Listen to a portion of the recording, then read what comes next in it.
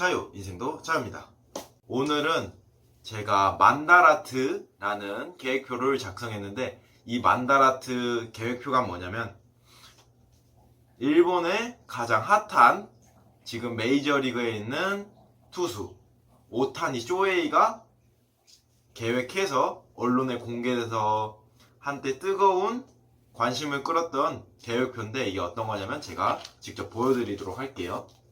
일단 보이시나요?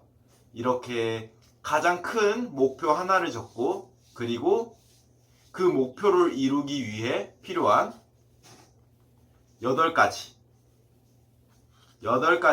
중간 목표를 잡고, 그 중간 8가지의 목표를 이루기 위해 필요한 8가지의 작은 목표들을 적어서 실천하도록 동기부여하고, 그리고 행동 양식을 계획하는 계획표입니다.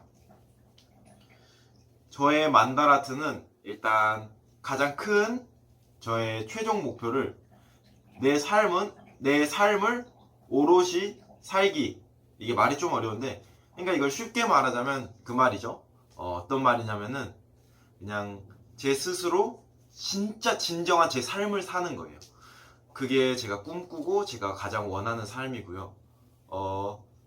제 최종 목표가 목축업이에요. 뉴질랜드에서 양을 기르고 목축업을 하는 건데, 이제는 욕심이 좀 더 생겨서 외식 사업 쪽으로도 또 길을 더 넓히고 펼쳐볼 생각입니다.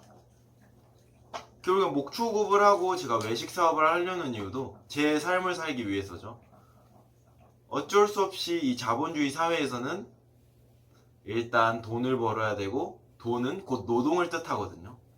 그러다 보니까 노동을 하기 위해서는 일정 시간 일을 해야 되고, 그 일을 하지 않는 나머지 시간만 저희가 활용할 수 있는 거죠. 왜냐면 돈을 벌어야 먹고 살 수 있고, 그리고 생명을 유지할 수 있으니 어찌됐든 간에 일을 계속 해야 돼요. 그 다음번에 일하지 않고 소득을 꾸준히 얻으면서 돈을 버는 방식에 대해서 말씀을 드리도록 할게요. 일단 제 삶을 오로지 살기 위해서 필요한 8가지 조건은 부, 명예, 명성, 스승, 조력자, 제자, 자유, 존경입니다. 그리고 일단 가장 첫 번째인 부를 이루기 위해서는 노동소득도 중요하지만 전 결국엔 부자가 되기 위해선 투자를 해야 된다고 생각을 해요.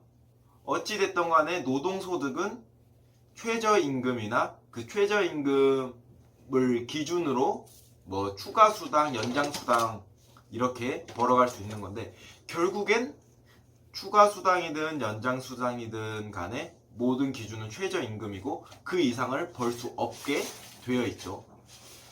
그래서 현실적으로 하루는 24시간이고, 그리고 먹고 자고 그리고 또 쉬기도 쉬어야 되니까 저희가 정말 열심히 벌고 열심히 일해도 버는 수입은 한정적이라는 거예요.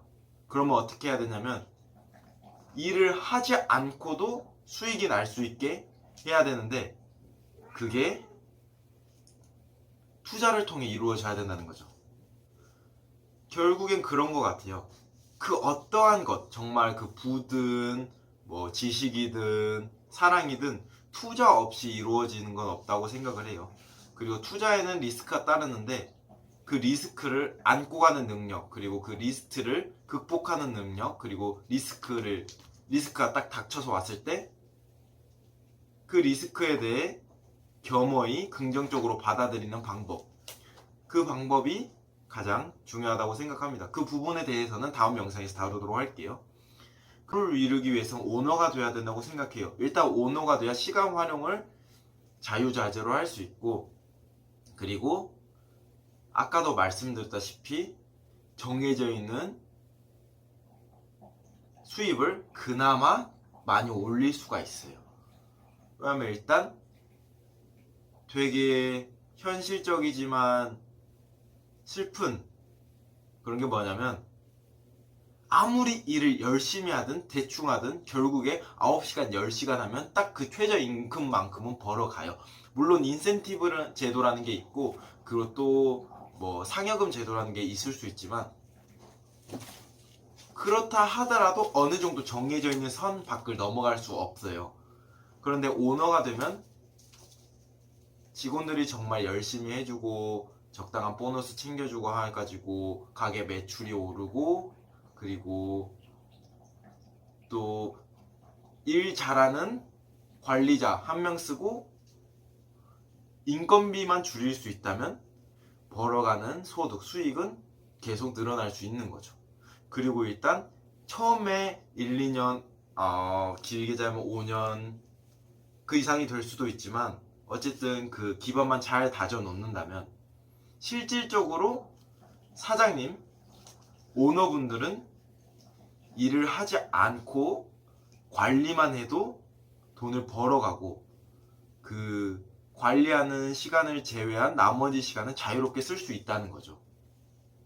그게 오너의 장점이고 또 그게 일정 이상의 부를 얻어갈 수 있는 방법이라고 생각합니다. 그리고 부를 이루기 위해서는 인내심이 필요하죠. 사장이 되었건 직원이 되었건 그리고 투자를 했건 인내심 없이는 얻을 수 있는 게 없다고 생각을 해요. 인내심이 뒷받침해줘야지 결국엔 부를 이루고 그리고 그 부를 통해 자유를 누릴 수 있겠죠. 그리고 가장 결정적으로 경제 지식과 금융 지식을 꼽을 수 있는데 이 부분이 가장 어려우면서도 간과하기 쉬운 부분이라고 생각해요. 왜냐면 우리 모두는 부자가 되고 싶어 해요. 부자가 되고 싶어 하고 적게 일하고 많이 벌고 싶어 해요. 근데 결론적으로 어떻게 그래야 되고 왜 그래야 되는지 구체적인 플랜이 없고 구체적인 행동 방안이 없죠. 그렇기 때문에 경제 지식과 금융 지식이 꼭 필요합니다. 그리고 권리소득.